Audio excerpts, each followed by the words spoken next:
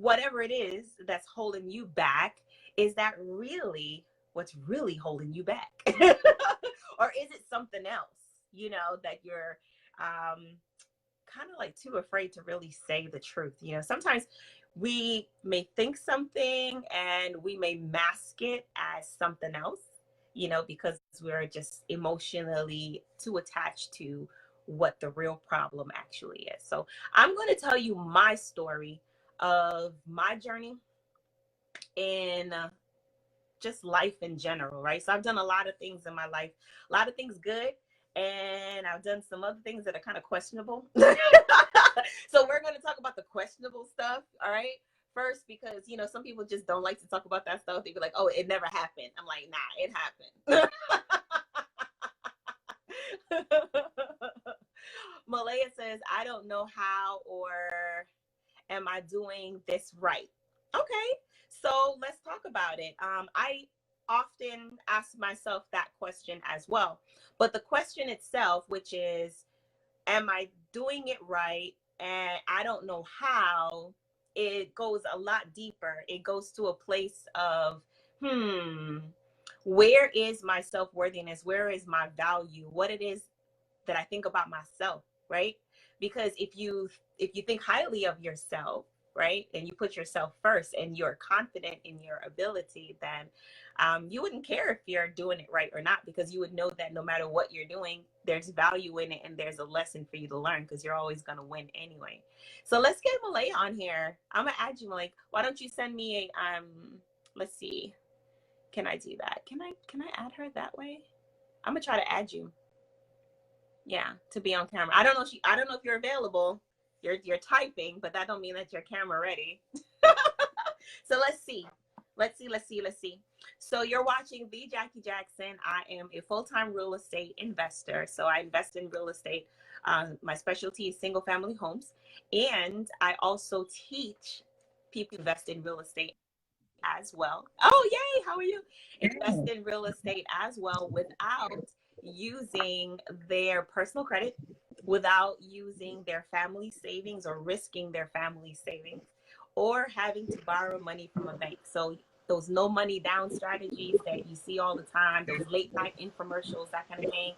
Hey, there's a real person that actually does it in real life. And her name is Jackie Jackson. So that's me.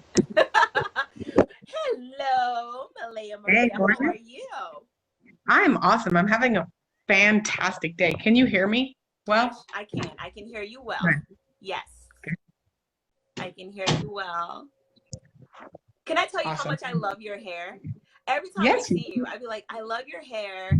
I love your complexion. I love your smile. I just love everything about you. Every time I see you, you just make me smile so much. It's just naturally beautiful, naturally gorgeous. I love everything about you. Thank you. I appreciate that. Trying to get some like loud. Thank you. I am bomb.com. I'm fantastic. I have been having such an amazing day today. Okay, so the past couple days have been questionable on the weather. It's been like, you would think we live where there's hurricanes, and it's been like pouring rain randomly. The power went out for a few hours because it got so bad. Fences fell down. Look at this. Oh, wow. That's a lot. It was so bad. The fence, like it dropped the fence. And then yesterday it was storming for the first half of the day, like really bad. And then it was bright and sunny for the next half. So today we woke up and it was sunny outside and I was so happy. I love the sun. That's so good. Well, no matter what the weather is doing, because us Floridians, the weather fluctuates, especially in our rainy season and hurricane season all the time. So yeah, that's how your personal life is as well too. So I'm like, hey, expect seasons, expect change, expect to evolve every single time. I learned when I was really young, I remember I had somebody tell me the only constant in life is change. And I held on to that so hard. That actually, it was crazy because I was kind of in a point where I was about to go into depression. I was going like from foster homes and group homes and things, and I was about to go into this depressive state. And I remember I think it was a lady. I don't remember who it was. I don't know, remember exactly what was going on. I just remember her saying, look, sweetheart, it's going to be okay. The only constant in life is change. Remember that. And I was like, true. And that pulled me out of it. And I was like, yep, so this is temporary. It's going to change. It'll be fine. Yes, it is. So our topic today is what's holding you back. What's holding you Yeah. back? Now, both myself as well as Malay, we are thought creators, we're course creators, and we're both coaches, right? Yeah. So, in your journey and my journey has been different, but obviously we have overlapping similarities. Does that make sense? Because we're both professionals, we both have clients, and we both have taken the oath promise that we're going to teach, right? We're going to Yeah. share the knowledge, the wisdom that we have in order to improve somebody else's life. So for you personally, in your journey, or maybe in a client's journey, you don't have to share anyone's name specifically. What are some of the situations and things that have come up that you believe or others believe that has been holding them back from being their best selves? The idea that they don't know who they are, don't know how to be themselves. I've talked to a lot of people who say things like, I just don't know who I am. I don't know what I like. I don't know how to figure out what I like or who I am. And it generally comes down to the how. I don't know how to do it. I don't know if I'm doing it right. And all of those questions, those types of things that block them, and sometimes even block me from feeling confident and like confident in yourself and your intuition and the voices and you know the things that you hear. So with my daughter, I talked to her about the different voices that you can hear in your head. And for her, because she's a kid, so she can understand it this way. I tell her she has three voices in her head. She's got the chicken brain, the brat brain, and the higher brain. Okay. And so the chicken brain is all the voices and all the things that tell you to be afraid. Like if you go up there, it's going to be scary, or they're going to laugh at you and it's going to be hard, or like all these things that scare you, right, and make you chicken out. Okay. And then the brat brain are all the voices in your head that say that, like, oh, I don't want to do this because it's going to suck and I don't like it, or like that just make you, even if it's something that you want to do, that make you not want to do it because of whatever fear or blocker or something that's going on inside of you. And then it comes out like a little brat, right? It makes you behave like a little brat. Oh, And wow. it has those Like, thoughts that it makes you behave like you're entitled to not participate. exactly, like there's a reason for it, or like, oh, I'm not doing this because of this reason, like it's not, it's beneath me, or I'm not going to do that, or like I don't want to do that. And really the reason that you don't want to do it is because there's a fear, or there's like you're not confident in it or something like that. But the brat brain allows you to find an excuse that's outside of yourself, right? That's something else, that's blaming someone else. And then the higher brain is the part that, like, the spirit, the soul, the God, that people, you know, whatever it is people believe in, universe, whatever it is people believe in, the higher brain is that. It's source. It's the one that's like always confident, always telling you the right thing to do, the right way to go, like believe in yourself, like you can do this, you got this. It might be hard, it might be kind of scary, but you can handle it, and all that kind of stuff. So I do those three with my daughter, and it works with a lot of people because it's super easy to understand, right? But um I don't remember where I was going with this, honestly. So when I you're lost talking, so when you're talking to your clients and you're explaining the three voices, right? Because that's how it.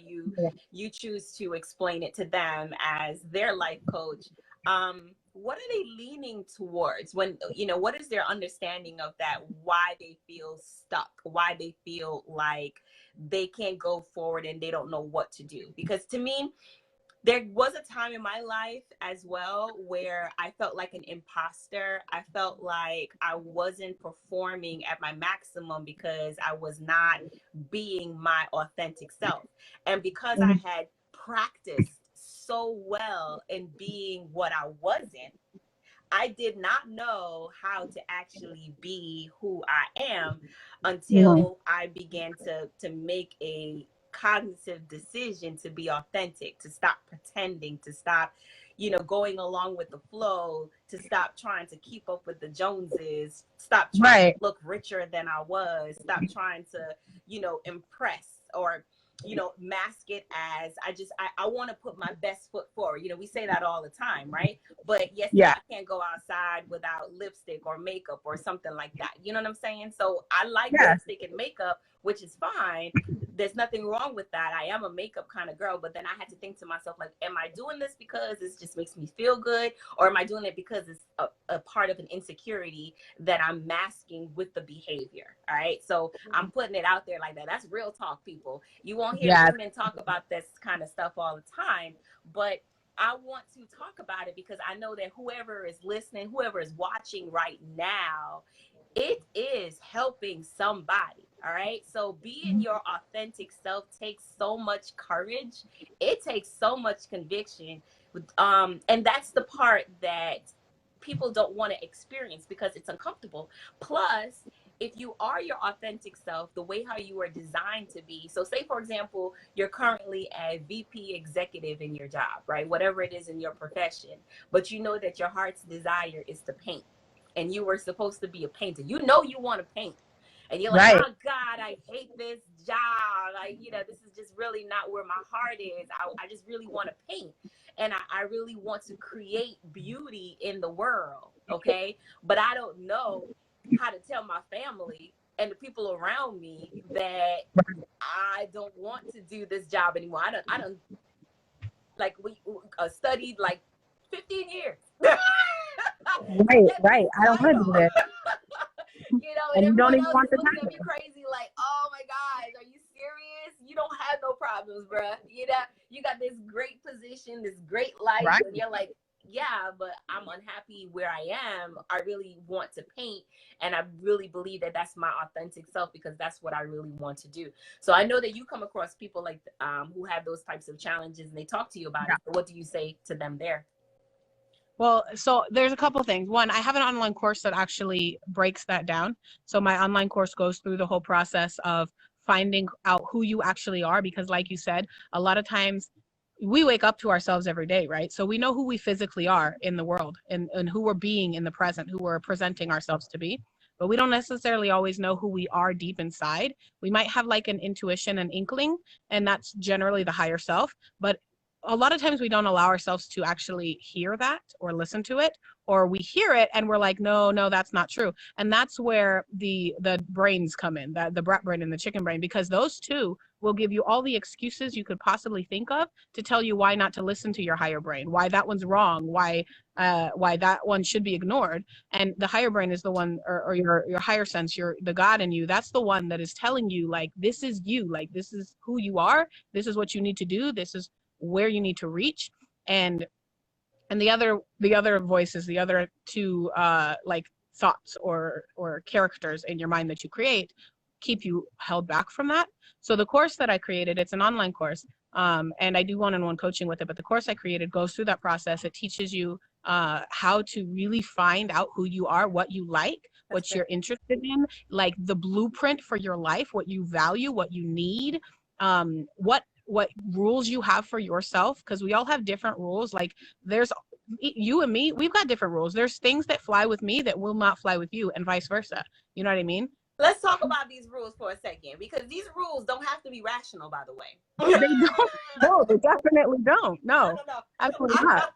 I'm gonna tell you something. Real quick. I'm gonna tell you a really silly rule that I made up for myself, and it was based off of somebody else's opinion of, you know, about the specific results that something that they implanted into you. Yeah, that they implanted into me. Okay, so I am 40 years old, right? I'm 40 years old. I just turned 40 this year.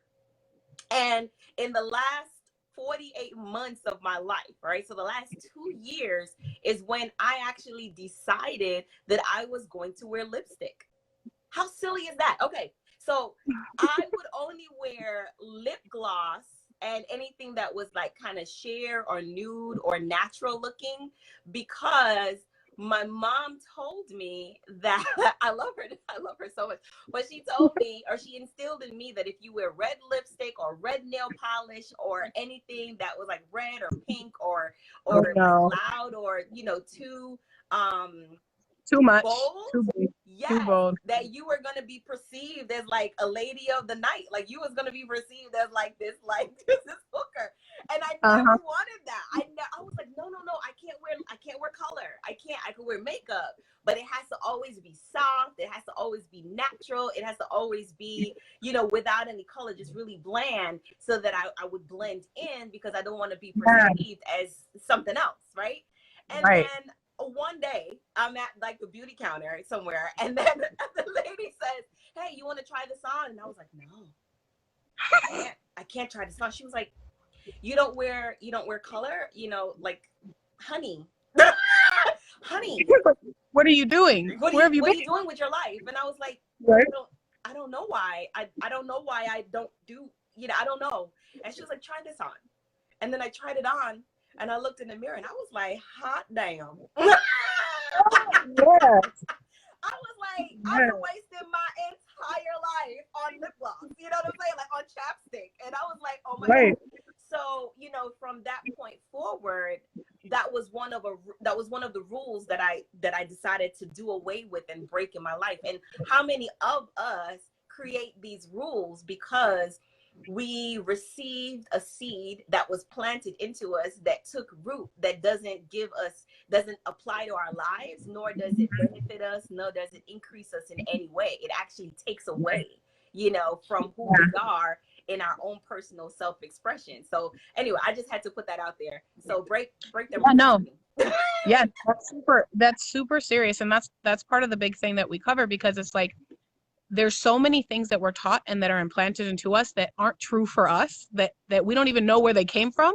Like if you can sit back and think about, like, when you have a thought and it tells you don't do that, or I don't want to do that, or it's like a rejection, it's something that you're like, I really, really want this, but I can't do it because of something else. You gotta like sit there and think, is this my thought? Like, where did this come from? Did I actually learn this myself?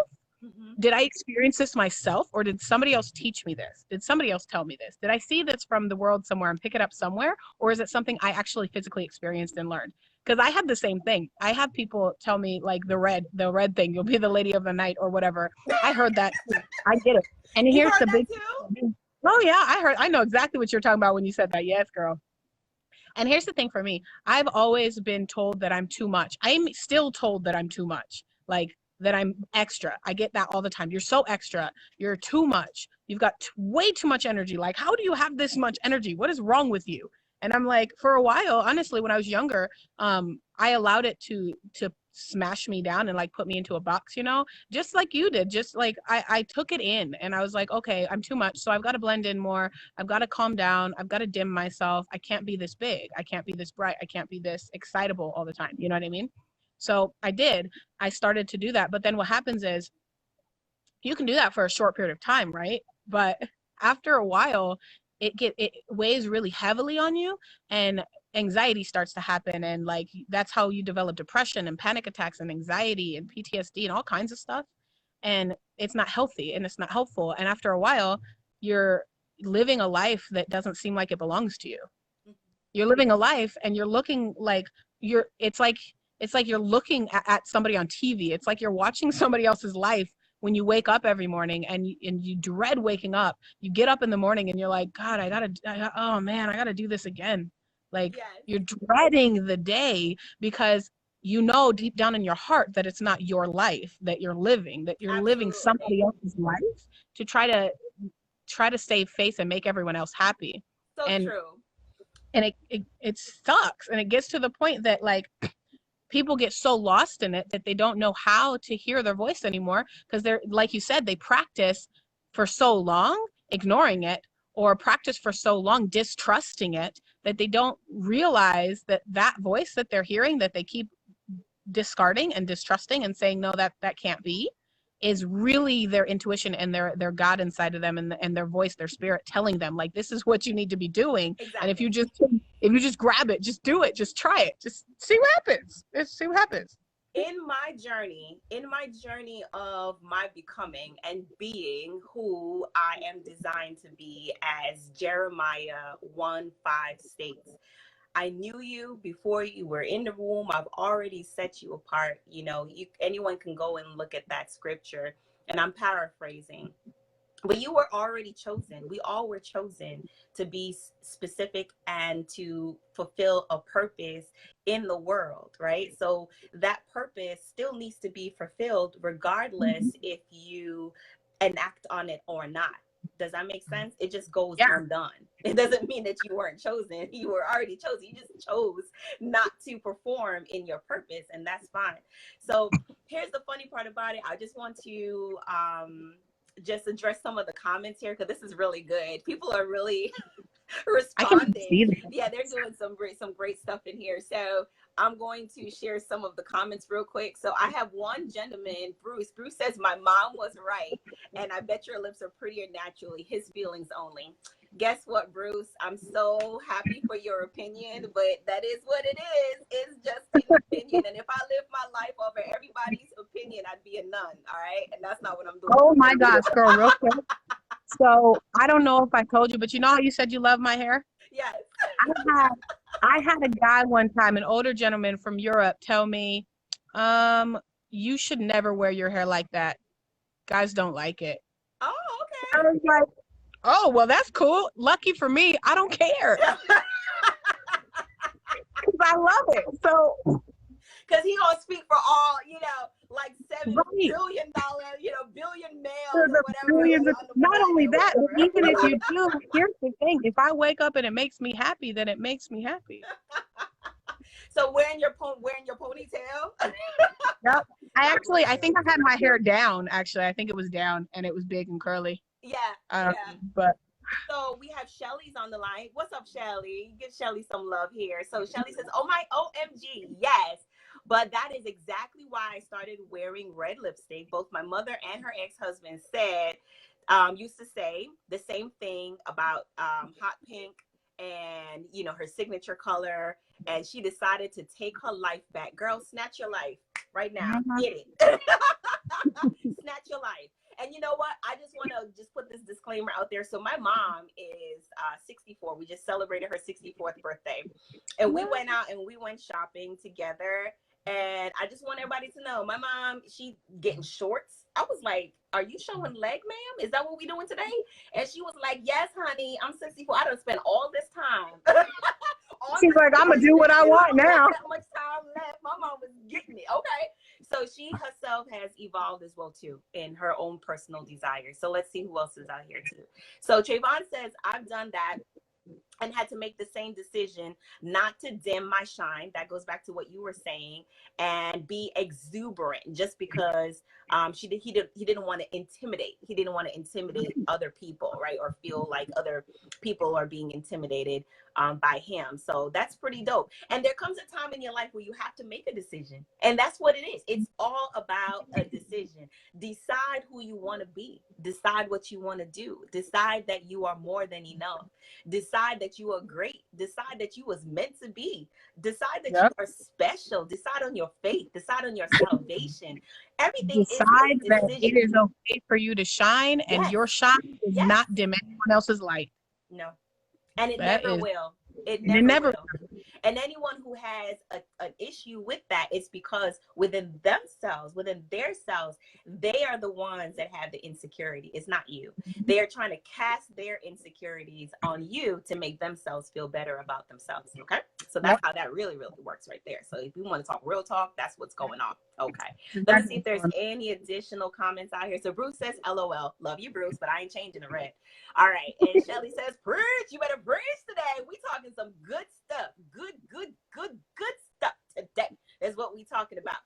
So in my coaching program, I am talking about money, and I'm talking about relationship with money with my clients, and we're talking about creating wealth, generational wealth, and creating wealth through real estate. And before I can actually get into the real estate strategies and teaching them how to actually implement the strategies, create a system, create a business, I have found that I do have to minister to my students initially, and I have to make it a prerequisite, because if you don't know who you are or what you want or why you're even making decisions the way that you're making the decisions, what's your money story, what's your relationship with money, all of those things matter, because no matter what you do, it doesn't matter if it's real estate or Amway or it don't matter what kind of business you're Corporate, doing. opening a business, No, anything, what kind of being business a you doing? mom, any of it. Anything. If you just even want to start a vlog or a blog or a YouTube channel, like all of these questions got to be answered in advance if you're going to be successful in it. Okay. And if you don't know your why you're doing what you're doing, it can't just always be, I want to make money, I want financial freedom. That's the 30,000, feet level answer. It has to be more granular than that. And normally when I go deeper with my clients and start asking them why, what is it? Describe it to me. What do you want to even do with the money when you have it? They have no answer. They come to like a screeching halt in their understanding, and it's just silence and crickets on the phone. And I'm like, okay, well, this might be the reason why you haven't gotten to the level of success that you want to aspire to, is because you haven't defined what you actually even want yet. You kind of got like an idea of it, but you don't really know what you want. And they're like, I just want to be happy. I'm like, okay, that's cool. What does happiness look like?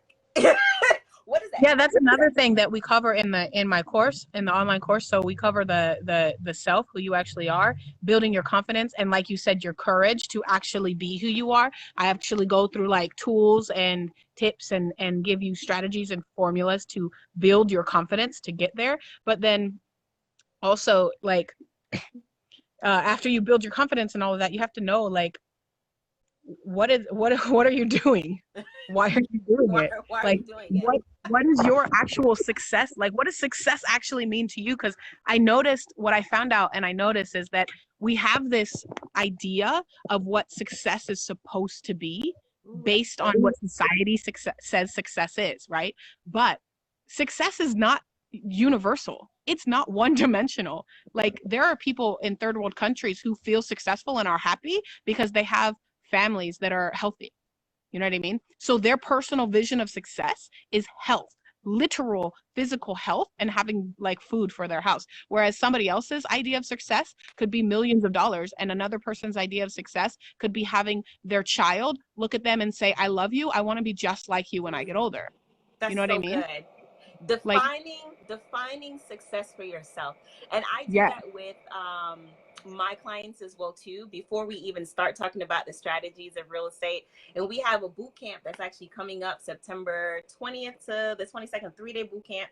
Infamous. I have it once a quarter, which is awesome.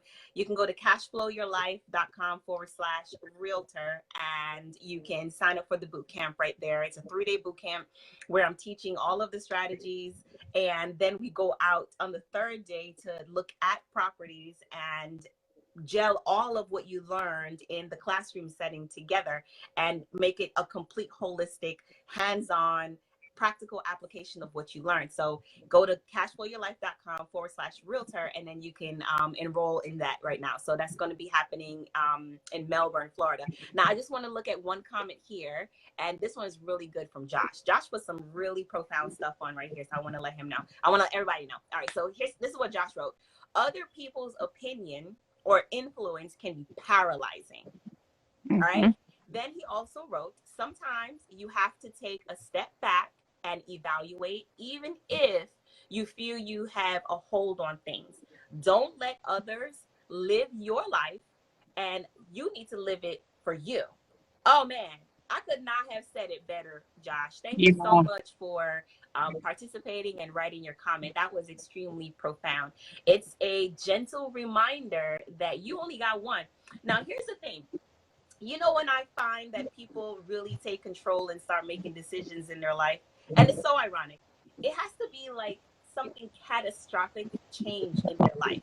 They have to be like diagnosed with like an illness that's going to cause them near death. It's a near death experience, or something so profound and life changing, where they take stock of their life, assess, and be like, you know what, I don't care. Well, I only got this one Why? life. I Right. got to do something with I this. gotta do something. Like, I got 2 more. Like, literally, I can't use the excuse that, oh, I'm going to do it later or next week, or you know what? My New Year's resolution. This is it. Right. This is the year.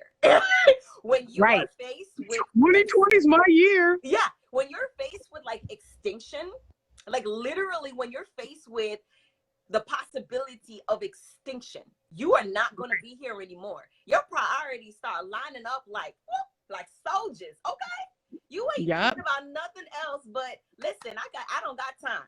I don't got time for the foolishness. I don't have time for nobody's opinions.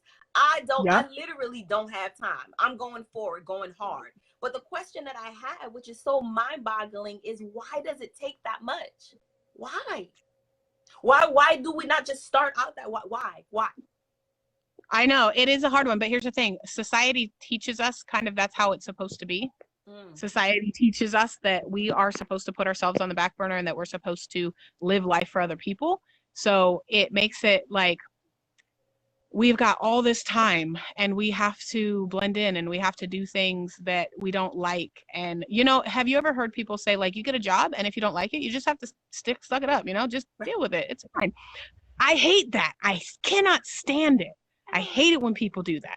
Because, like, if I've ever worked with something or done something, like when I do something, I do it with intention, right? I go in with a purpose. I have a reason to be here. And once that reason is gone, if I'm not getting anything from this anymore and I'm not happy anymore, I'm leaving. I don't need, why am I still here? And that's with everything. Like that's with relationships, that's with friends, that's with, like, I don't, if I'm not getting anything and I'm not growing from this and I'm not helping you grow from this, if there's no value, why am I suffering through this? There's not, why? Yes. There's no point. But our brains are wired to want to protect us from pain. So, and we're convinced that staying safe and that playing it safe and doing what everyone else is doing is a lot less painful than stepping out and doing something that you might not be sure about or doing something that might put you in an uncomfortable situation.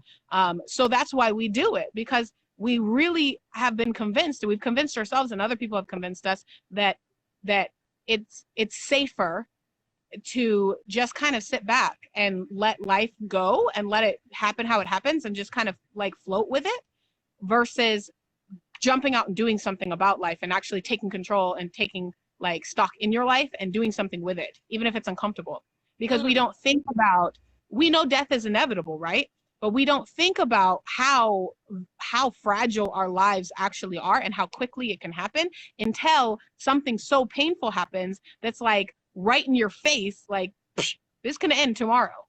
Absolutely. Like, is it worth it for you to be so concerned about everyone else's opinion? Like, it doesn't make any sense. One of the richest places on earth, and I say this all the time, and I learned this from my pastor as well. One of the richest places on earth, right, is a cemetery. And people like, wait, what do you mean, Jackie? What do you mean the cemetery is the richest place on earth? That is where all of the ideas are, the billion-dollar ideas, the inventions are, the innovation is, the cure is, all of it. It died, and people took it to their grave. They never birthed it. They died pregnant.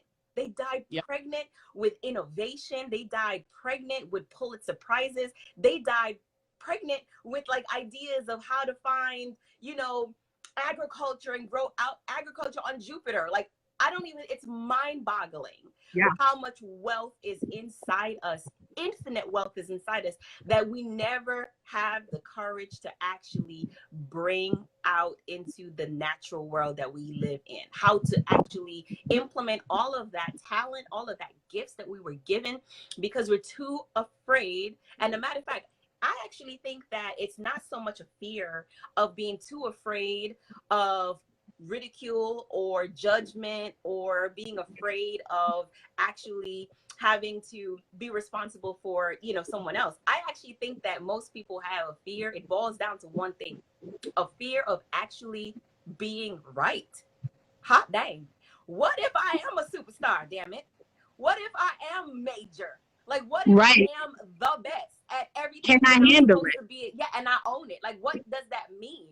And a lot of it scares people to think about the idea of sustaining it, sustaining their Yeah. own greatness. And they're like, Yep. oh my gosh, I would rather stay small because then I have less expectation of myself. Because what if I grow too large and now I have ostracized myself because the people who are in my immediate circle, they don't want to grow. They're comfortable where they are. And I got this big and now I'm just out here for myself. And it causes people to be afraid of like isolation, afraid of Mm-hmm. being different, afraid of stepping Yep. out and actually being seen. It's much easier to go along and blend in than to stand out and be like, oh no, no, no, I'm here. So people ask me all Yep. the time, like, Jackie, why do you wear money clothes? Like, why have you started wearing money? And I'm like, well, why not? I am money. I am wealth.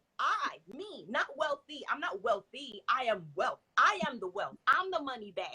I Mm-hmm. am the bag.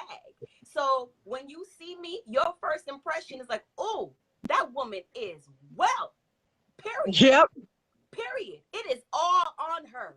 Period. She's wearing it. She's wearing the money earring. She's wearing the money dress. Like, she's wearing it.